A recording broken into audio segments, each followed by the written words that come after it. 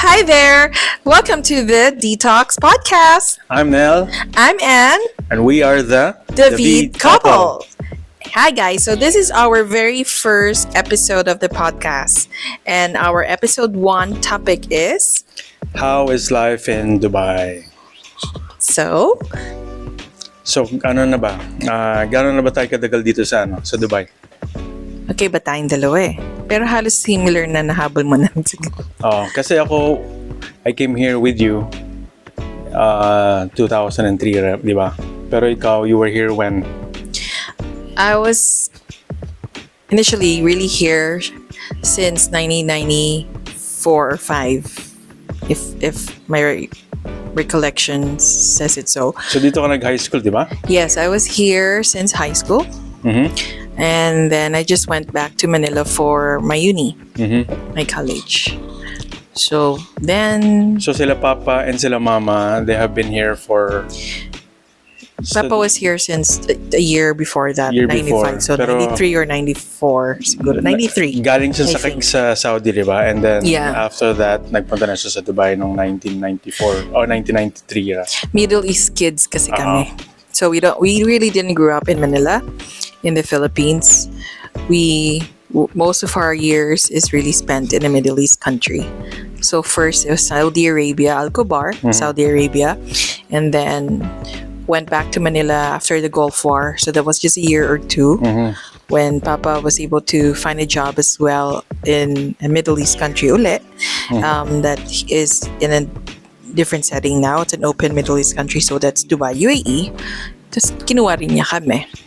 So we didn't really spend that long graduation in Manila. So we went back here. Okay, so graduate ka or nag-aral ka ng college sa Philippines. Saan sa Philippines? Makati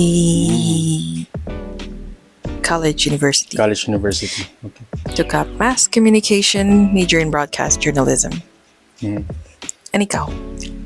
Ako Where did you study? Born and raised Okay. in the Philippines. Alam mo yan. So, I graduated in Asia Pacific College in Magallanes. Took up Computer Information Systems Management. So, ano yan? Half business, half computer, kumbaga. Yeah. So, yun. And then, nag-meet tayo saan ba? We met in a church, but basically in a youth camp. So shout out to in World International Ministries Makati. Yes. And that's why I did say met in a youth camp, kasi even we were going in the same church, we don't really get a chance to see each other in the same church, because he attends the morning service, and in the Philippines there are a number of services, right, in the churches there. So he attends the morning service and I attend the afternoon service. So we only got to see each other when all the youth were gathered in order for us to prepare going to our youth camp destination in Batangas. It was my very first time to also reach Batangas. Yeah. So doon tayo nagkita, doon tayo nag-meet sa youth camp, and then after that, ano mo yun? So to be precise, we met in the church when we were gathered to get ready to go to Batangas. And then after that, yun na yun, di ba? The rest is history. The rest is history. And then we're back where we came here sa Dubai back in 2003. Okay. And doon nagsimula yung buhay namin. Okay, as a boyfriend-girlfriend, and then after in that... the Philippines first. In the Philippines, and then boyfriend-girlfriend pa naman tayo. Yeah, okay. Nung pumunta tayo sa Dubai, nung sinama mo na ako, yung hindi ka makaalis dahil gusto mo akong isama. So, actually, after ng graduation ko sa Asia Pacific College, siguro mga few days lang yun, few days lang, despedida, and then flight na natin papunta ng Dubai, right? Thank you, Mama, Tatay. Aba na hair ni Auntie Girl. So marami naman plans nung time na yon, kaya nga napunta tayo sa Dubai pareho, right? Yeah. Thanks to Mama and Papa as well for allowing me na pumunta rin kasama ka dito Yes. sa Dubai. Thank you, Mama, Papa. So that was 2003, and then after that, after a few years, alam mo yun, nag-asahan. I proposed, and then we got married, and then we had two wonderful kids, Maven and Kylie. So ilang years na ba? So till now we're here, 2000, after 20 years, 21 years. For me, it's like 2 decades. 2 decades we're here. So we are an OFW for 20 plus years now, you know. So ang dami na namin na experience, mga challenges, and so on and so forth. So ayun. If we will compare Dubai now, dati nung nagsimula tayo, ano yung difference nun? What was life back then? This is when we were together already, or during my high school years as well? During tayong dalawa na. Yun ang dito tayo. Okay.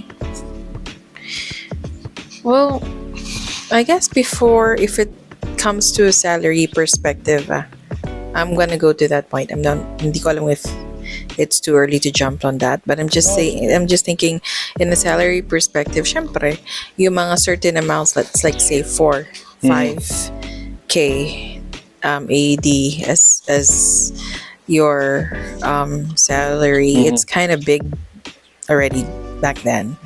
And siguro when it comes to accommodation, for those that are staying in sharing accommodation, you know, renting a bed space or renting a room, it's not as costly probably as now. Syempre, time moves. I know everybody.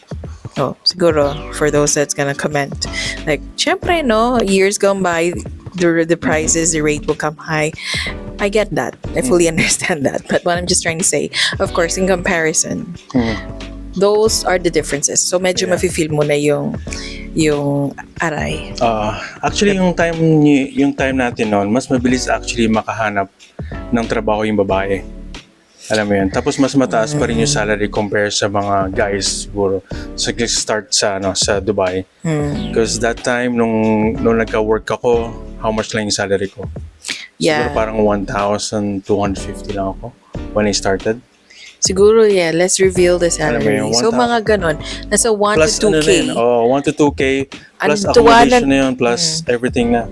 And we were I am so happy when we reached 3 or 4K by then. Ngayon, sobrang, that's kind of less for others. But some people here right now, even some OFWs natin, fellow OFWs, they do still have that kind of earning salary. So, hindi yan hindi yan minamaliit. Pero that's a big help. Back then kaya yun no? Yeah. Kasi mura pa yung the rents are very low at that time. Yeah. And saka makikita mo, wala pa masyadong development, pero nagsisimula pa.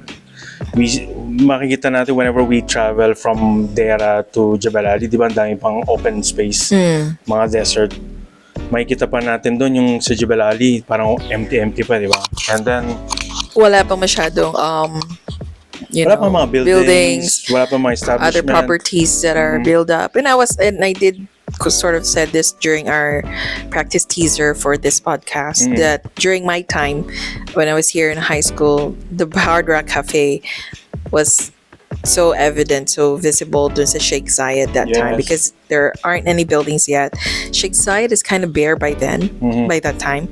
So, but right now you don't see it bare, and it's filled with buildings, filled with metro is not even yet up by then. Their means of transportation in Dubai during that time is the bus and the taxis, the cab. So, I know there are a lot of changes, really. So we were one of the many na witness yung progress and development ng Dubai, for putting up metro, yung Burj Khalifa, di ba? Yeah. Tapos a lot of buildings nagpop out na lang, parang mushroom na lang dun sa Sheikh Zayed Road, Yeah. Di ba? Sa pinaka main city ng Burj Khalifa, because we only had Burj Al Arab there. Take note, the mall that we only seem to be familiar also then was Al Ghurair Mall lang din. Yeah. Because everything that you guys are having right now, the ones that's probably just here recently, tinatayo pa lang yun by that time we were here. Like city center in Dera was being built. The next to that was the Mall of the Emirates. Yeah. So all those things, you know. So yung mga galing sa sa Dubai and then nandun na sa Philippines or sa ibang bansa, ano yung mga place na remember nyo unang-una pa, di ba? So yun yung mga place from our experience yun, Algorer, doon kami palaging tumatambay, nagko-coffee, and then yung their city center, kung alam niyo yun, di ba? So and then nung years later, ginawa na yung Dubai Mall, biggest mall in the world ba? Yes. The world, di ba? Exactly. And then we have the tallest building in the world as well, yung Burj Khalifa. Dati Burj Dubai yun tapos naging Burj Khalifa na lang siya. Sa Algorer, I could remember Al Riga and Al Murakabat area. That's the very first place that we stayed at when we arrived here in Dubai. So sobrang it's not a city that never sleeps kind of thing. Yun yung tagline sa kanya. So it's actually an area or a place that never sleeps. Kasi nga, when you come down there, every time that you come down, whether it's midnight or what, lights are still up. There's still little places and cafeterias that you could walk by and buy stuff. Or fast food areas. Ang dami, shawarmahan, mini grocery. Speaking of grocery, right? How convenient it is. I know that the ones who's probably been here or Dubai or is about to leave. I think those are one of the things that you would probably miss. Like it's just one call away. Like, hello, my friend. Do you have tomato? Diba? Kahit isang piraso. How much? How many? Kamatis, one only. Wahid onions, only. Garlic. Ano bang May kulang mo? gulay. I-deliver pa rin nila, diba? It's like, how you'd really miss that probably if you're not here in Dubai anymore. So parang alagang-alaga ka rito sa Dubai, di ba? Parang yung ganung mga Pampered convenient, to the max, guys. Ganung mga convenient na mga services dito sa talagang. It's like no matter the hardships, there's things that you have to be looking forward into an aspect that you're supposed to be grateful for because you don't really get to have this kind of let's say luxury or convenience in life when you're probably in somewhere else. Pero maganda lang dito sa Dubai din kasi, especially on yung mga natira natin, the places where we lived before, Al Riga, yung mga Algosais, yung mga ganun. Kasi ang daming Filipino. Yes. Di ba? Especially in Al Riga, Satwa, Karama, doon, hindi ka maboboard or homesick. Yes, homesick. Kasi bawat sa tingin mo puro mga kabayan natin. True. Hindi siya ganun as a bigger adjustment knowing so because if you watch some of the simple vlogs of other entertainment artists from our country back in the Philippines when they come here for their certain may events sila, may concerts sila, they always have this comment that it doesn't feel like you're not in Manila or in Philippines. Whatever places context that is in Philippines in general. It doesn't feel na wala ka sa Philippines kasi when you come here, it's easy for them to communicate what they need kasi kahit sang angulo daw sila tumingin, may Pinoy. Tama. It's like when you need to order something at times when you want to convey it sa sarili nating lengguwahe, ang dali-daling i-relay what we wanted because it's also fellow Filipino. So, ang nakakatuwa pa doon is yung mga lokal dito, they really like Filipinos. And natutuwa sila kasi nga, the way we approach them, the way we communicate to them, yung happiness natin, nadadala din nila. Alam mo yun?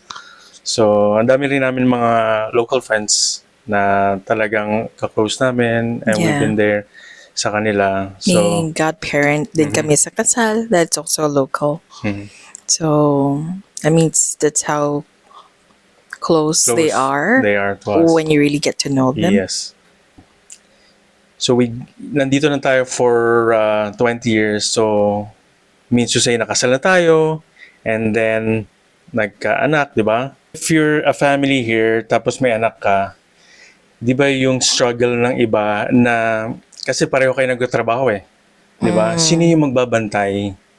Alam mo yan, di ba? Sino magbabantay ng anak mo?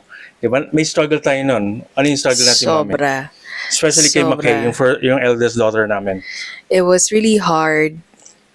Siguro if you've got your parents around, we did have the experience naman. When mama and papa was here, we were able to have somebody to look after our child that time for their first apo. So thankful to mama and papa as well, who was able to help us out to look after Makay during those times. But Thank you, Mama, Papa. but then, of course, time comes that, pag wala na sila, nandun din yung, meaning wala na sila dito sa Dubai that time. Nandun din yung punto na, it's a struggle. Mostly if both of you are a working parent. So, you're gonna come to a point na, paano yung bata? So, you'd have to find, if wala kang kasambahay, wala kayong helper at home to help you look after your kid, dumadating sa punto that we ask if someone could look after our kids.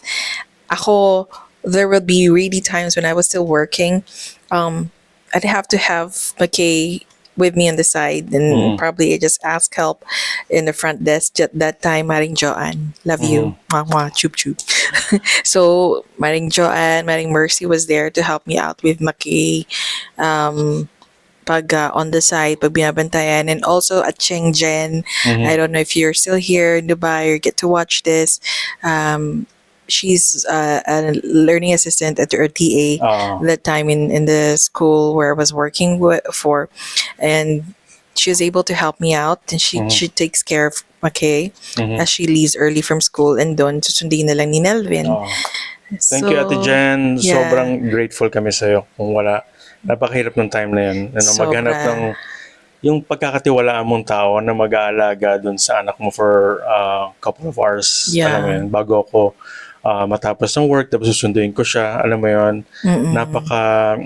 napakabait, tapos napakaalaga niya kay Makay. Hindi niya pinababayaan. Sobra. So, sobrang laking laking tulong din for them to in helping to look after our child that time.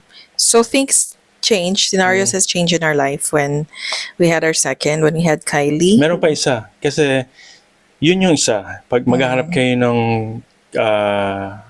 tao na or in mag-aalaga sa anak nyo, meron pa isa yung daycare, di ba? Or nursery na ano. Kasi nag-start din si Makay nun, di ba? So we have to drop Makay early in the morning sa daycare or sa school, yung school na. It's actually a school, right? Kids way, right? Kids way. It's a kids way. It's not a daycare, so it's para na siyang what do they call that? It's not preparatory. It's a play school. They don't call it daycare. It's a play school. Hindi pa nursery, di ba? Yeah, the daycare is different. It's mostly for little ones and all. The play school, it's a stepping stone for the kids to really get incorporated or entwined with how schooling atmosphere would be when they enter their FS1 years or their kindergarten years. So, parang nursery or play school. Nursery, yes. It's like a nursery kind of thing. So, marami nang naglitawan na ever since, di ba? So, may mga options na rin yung mga couple. Ang dami makaka-relate sa atin siguro. A couple na may mga kids dito na gustong dalin, from Philippines to here. Yun yung mga options nyo na pwedeng gawin na may mga nursery naman. Medyo costly. Siyempre may bus pa yun or sometimes idadrop mo na lang sa nursery. That's why others were opting for other people to look after for the kids. Yeah. If hindi pa naman pumapasok talaga.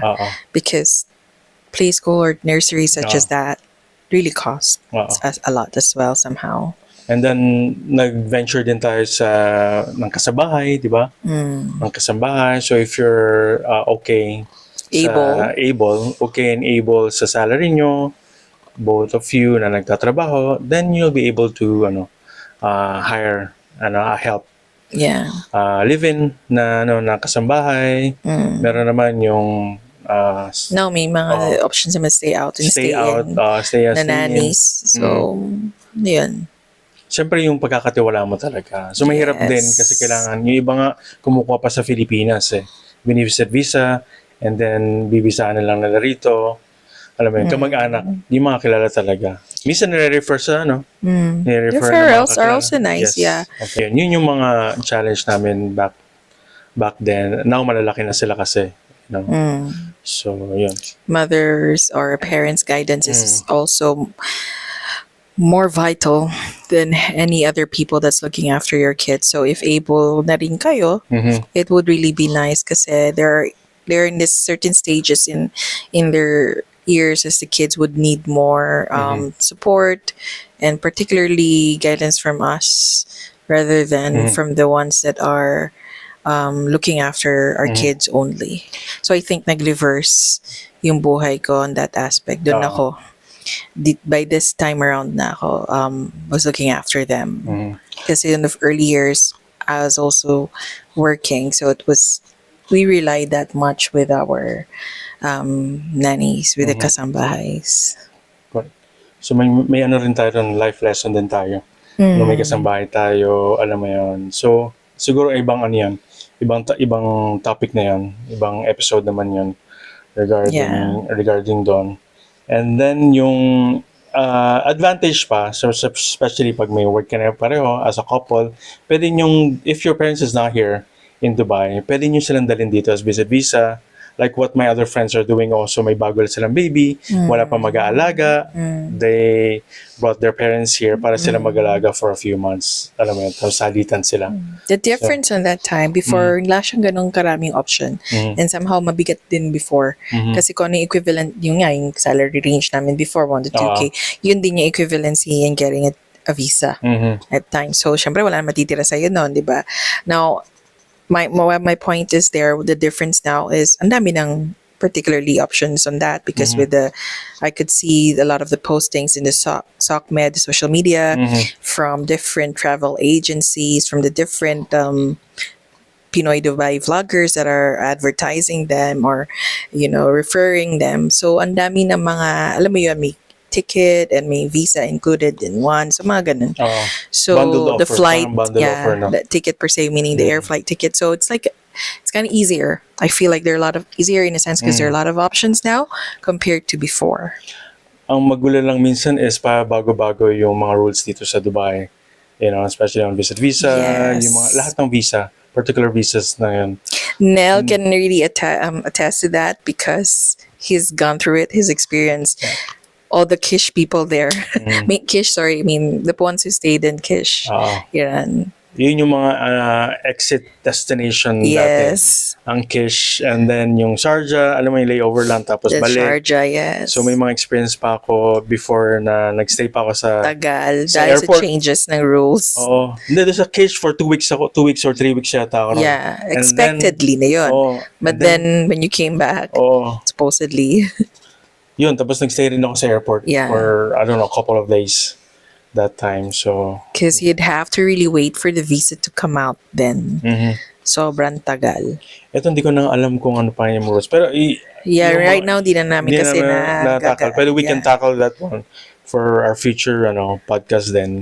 So, yung mga rules and regulation ng disclaimer, we're not well versed on those travel agency and visa. Kung ano lang naman, this is our point of view lang din. Exactly, yes. Yes. Our opinion, our point of view. Yes. Kung anong alam namin, kung ano yung mga latest dito, we can discuss it. But we are not registered immigration advisor or travel ticket agencies and stuff like that. Maybe because syempre OFW tayo for more than 20 years na nandito. So alam na natin din yung mga pasikot-sikot, alam mo yan, especially in Dubai. Alam mo yan, para tayo half of our life na nandito tayo sa Yeah, and if we're able to share what we can, that's why we come up with this Detox Podcast, is so that we could share what we're able to share with you guys. Maybe if you get some tips, a thing or two from this, or if it encourages you or inspires you, in whatever way, yun lang naman din yung purpose din namin. And whatever topics na gusto nyo or anything na gusto nyo i-discuss namin, put down a comment. Or we'll do a live with Paul next time. Let's see. Yeah. Ano pa yung ibang challenges natin dito? Siguro as a couple. As a couple, I do believe when you got a chance to find a job, that's really a big plus. That's such a blessing. I mean, it's a big help financially as well, especially if not just a couple, if you're already a family or a family of one kid, two, three, sobrang laking tulong if you've got your job, syempre, because our job is a source of identity na rin dito sa Dubai. Why do I say so? Because, when we don't have a job here, we're basically aliens. Napaka-importante na may job. We have to have a job in order for us to get a visa, a residence visa. Yun ang difference sa Philippines pala, no? Yeah. If wala kang job dito, ang hirap. In the Philippines, ang daming pwedeng tumulong sa'yo. Pwede ka tumira kahit saan. And then dito, kailangan mo ng dito pera. you have to secure it kasi rent. Why I'm starting off with a job because I'm gonna get there later with the downfall that happened in our life. Kasi like the same thing, like why that is very essential. That's what I always say as I was working as a PA in HR before in a school setting. I was saying that to our staff that always comes and approach me for advices before na they want to give up, they want to quit, they want to leave the job because of so and so experiences. But what I always say to them that time is to just make sure before they leave the job that may isa ng job na nagwi-wait for them. Because minsan yung bukso na damdamin natin, ganun di ba yung situation. Exactly, yes. And, daming ganun. Yeah, and what I really felt that time for that person, that's some of our teachers then, I was saying na, and before kasi ganun na rin yung scenario, I'm not sure if it's still happening right now.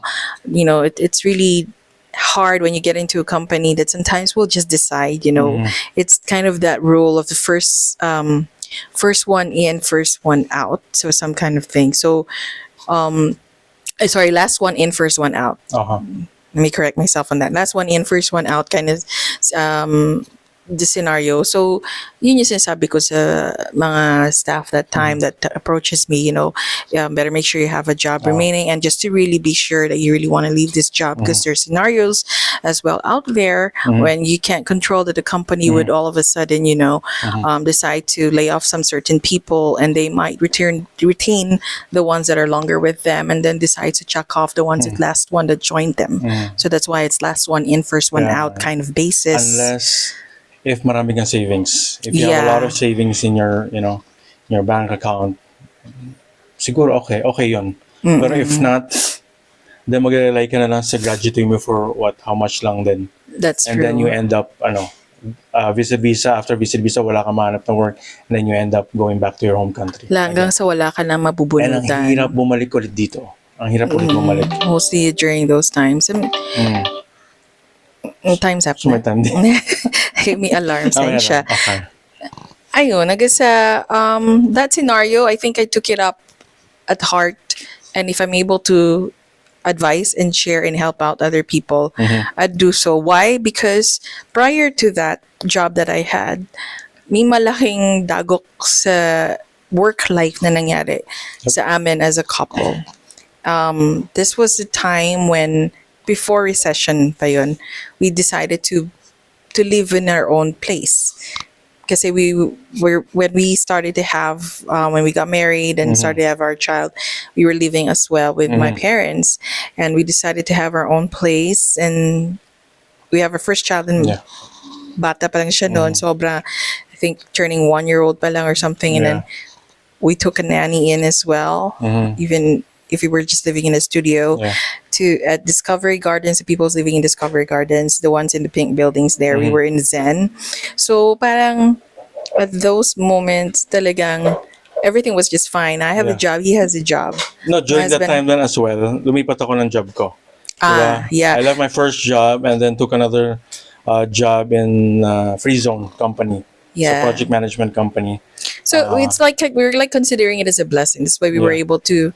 The Lord has paved the way for us to find our own place, maybe to just really settle down. But life happens, or there are really storms that the Lord will let you get through, and see how much you'll hold on. Kasi sobrang, when recession kicked in, nandun yung you're like at the edge of this your seat, and you can't even decide, or rather, you can't even understand the feeling whether if you're up next to the chop up board, and well, I'm the first one Yeah. who lost my job. We didn't expect And actually. we didn't expect because they were really trying to check off already certain positions and wherever, I don't know, because the reasonings were given that we were able, we were efficient, we were okay, but just because the management says so, that's the reasonings came down to my point. And of course, mabigat for me yon kasi that was actually, I love what I was doing then, I love my job then, and it was a big company, school company that I'm with also that time. Of course, scenarios in detail, siguro, syempre, I had to tell him, then ganun kabigat, I couldn't even enter our home. I was just sitting down the staircase ng papasok sa apartment namin, because it's as heavy as that. Kasi okay lang siguro kami tatlo lang bumuhay, but then you have some other life na kinater nyo, which is the house help, to help you out sana while you guys are working, and then this happens, Pero tanong diba? ko lang, Mami, kasi during that time, parang siguro dahil may work pa ako noon time na yun, di ba? Di pa may work pa ako noon, and then Na-lay off na-lay off ako. ka, di ba? Hindi ko natanong sa'yo, ano ba yung feeling ba nung time na yun talaga na na-lay off ka? Emotionally. Devastating. Sobrang devastating. Because like I was saying already earlier, it's unexpected. I wasn't expecting it. Maybe because they feel at that time the type of job that I was doing is not much of the vital part for them. I don't know, they have the reasonings, but they gave positivities, and I don't know, if usual tagline din naman yun eh. From an HR perspective, that's what you're supposed to say. But then that time hindi pa naman HR yung role ko nun. So I just took in what they're saying. Mabigat for me kasi I know that there are a lot of things that needed to be dealt with when it comes to our finances too. And we're just starting up. Ito nga, we are trying to build our own life at our own place, and then we've got someone to help us with our own child. So it's like, then this comes, diba? Parang, why? Actually, it's just really all about the question why. And then we didn't expect yours. After a month or After a month, guys. It's a month. Like literally, we thought like, okay, maybe it's just me. So kaya pa, magsa-survive pa, di ba? Dahil meron pa naman job si Nel. But then hindi eh. Actually, sa akin kasi, parang, alam mo yung feeling, yung mga amo ko ron, yung mga managers ko, or yung You're mga directors. kind. Yung mga directors ko, they're British, like that. So, parang, ang feeling nila, parang, ano tong recession? No recession na to. Parang hindi nila na-feel yung recession kasi nag-golf pa sila. And then after a few weeks, dun na started na hindi na kami nakaka-receive kasi we're a project management company dealing with real estate, yung mga properties, may mga sites kami sa mga iba-ibang place sa Dubai. And then eventually, yung mga malalaking real estate companies, hindi na nagbabayad. So it end up na hindi kami They don't have projects coming wala in. ng project. Yung mga project na yun na pending, na hold because of the recession. And then hindi na kami nabibigyan ng salary. Hindi naman ako, that time nabigyan pa rin naman ako ng salary. Pero nabigyan na ako ng letter then in advance na yun nga, i-give na rin nila ako. I-lay off na rin nila ako. Pero at the same time, mabait pa rin ang company ko kasi inas pa rin nila ako kung pwede pa rin ako mag-part-time sa kanila. So yung visa ko, ano pa rin, tinuloy-tuloy pa rin nila yun hanggang makahanap ako ng bagong trabaho. Ayun. Pero it's really, the Lord's grace. Yeah, the Lord's grace na rin. And napakahirap kasi we've, nag-invest na tayo sa mga bagay-bagay like yung nanny, like yung studio natin. At that time, is that studio lang pero malaking studio yun. And then, and a new car, by the way. And a new car also. Sabi ko, that's the last car na bibili natin. Supposedly it's our first and last. First and that last in our kasi mind. it's expensive at that time. And then gusto ko magtagal yun ng mahaba, ng matagal sa amin, and then hindi nangyari yung kasi nga nagkaroon ng recession and nawala kami ng trabaho for so Nell has to make decisions as well of what to sell para may enough funds pa kami until we get to find a job. And of course, and dun yung pain yung going back into why I said work. nandun yung pain kasi nandun galing lahat, Yeah. why work? Because that's where your finances would come from. Yeah. And nandun yung pain as parents, mostly at that for fathers too, Mhm. to see that, how can he provide milk para sa anak namin, and then food on the table and stuff like that. Syempre, yung mga ganong scenario sa life namin, yun yung bubog. Oo. But I guess that's why we move for a lot of forward in a lot with a lot of strength, not just coming from the Lord. I guess because of those past experiences too. It's an eye opener na rin sa atin that time kasi nga alam mo yun, nasa comfort zone tayo, alam mo. We're having higher salary that time. We were buying things na rin na alam mo yun na it's a need din, di ba? Kahit pa ba it's a need. Yeah. Pero unexpectedly nagkaroon na nga ng event in our lives na walang tayong trabaho. Yeah. But the Lord is really really grateful kasi ang dami ring mga tumulong na tao. That time we were yung mga savings natin almost naubos na rin. Yeah. That time kasi hindi naman mag-stop yung payment nun eh. Yung loan, yung car loan, yung credit card, yung bahay lalo, yun yung pinakamabigat eh. And it had to come to a point na the very thing, we're grateful for these people that were able to help us out, but the very thing we didn't really want to do is to come and approach for people for help. Yeah. Nangyayari, alam ko yun. Yung magsasabi, nangyayari naman talaga yan sa buhay. I do understand, but then syempre, gusto mo pa rin kahit pa paano na, not to hassle anyone with your own sets of, dilemma in life. Pero so very thankful sa mga tumulong that time. Financially, sa mga bagay, alam mo yun. Kaso siyempre as a dad, as a father, as a breadwinner,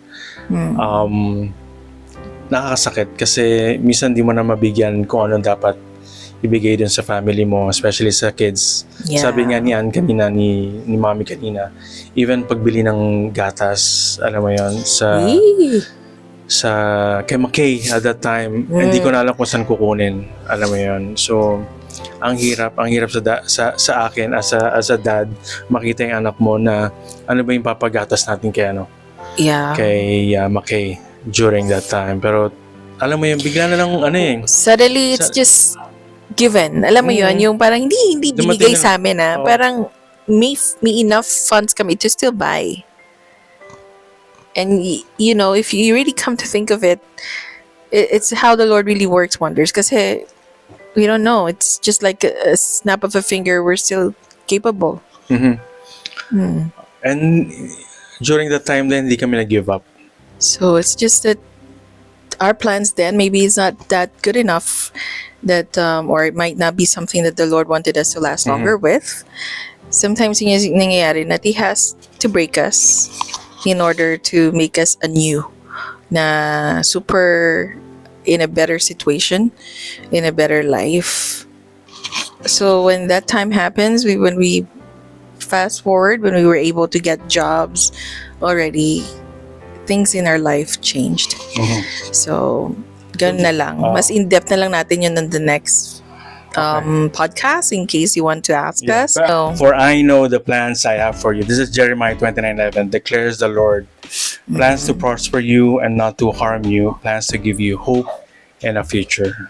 Yun ang pinangahawakan namin during that time. Yeah. And hindi pumasok sa isip namin na we will leave Dubai. Alam mo yun, uwi na lang ba kami sa Philippines or somewhere else, pero we trusted the Lord.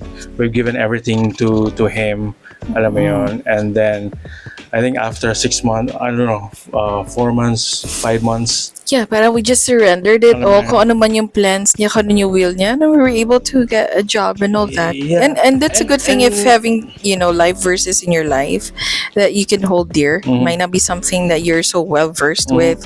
You're not theologians at the end of the day, but as Christians, to those that are Christians there, whatever your life experiences of your Christianhood, and if you kept the Lord's word in your heart, you can always have a chance to go back to that. Yeah.